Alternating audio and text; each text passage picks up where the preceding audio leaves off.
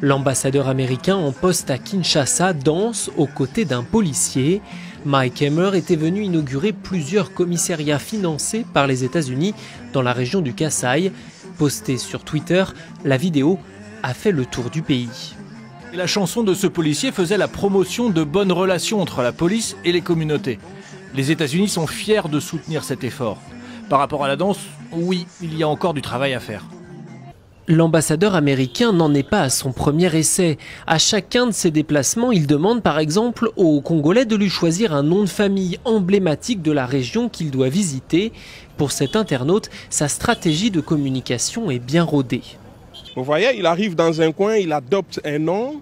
Dernièrement, il était à Mbujima, il a adopté un nom de la province, un nom local. Il a même mangé la nourriture locale, il a dansé.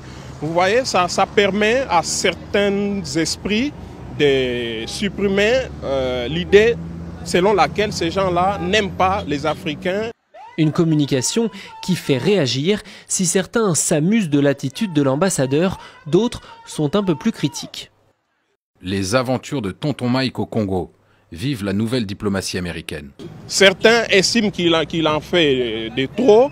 Certains l'accusent d'être au service du président Tshisekedi. Bon, en tout cas, selon moi, je ne peux pas appuyer cette thèse. Une proximité affichée et revendiquée, mais toujours au service des États-Unis.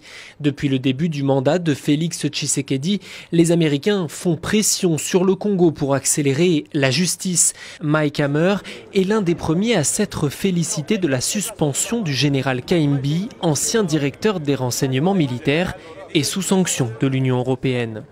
Il corrige aussi de fausses informations, notamment cet article qui sous-entend que les États-Unis auraient fermé les yeux sur l'assassinat des 2 experts de l'ONU au Congo. Ce n'est pas vrai, répond Mike Hammer, alors que l'on commémore ce jeudi les 3 ans de l'assassinat de Michael Sharp et Zaida Catalan.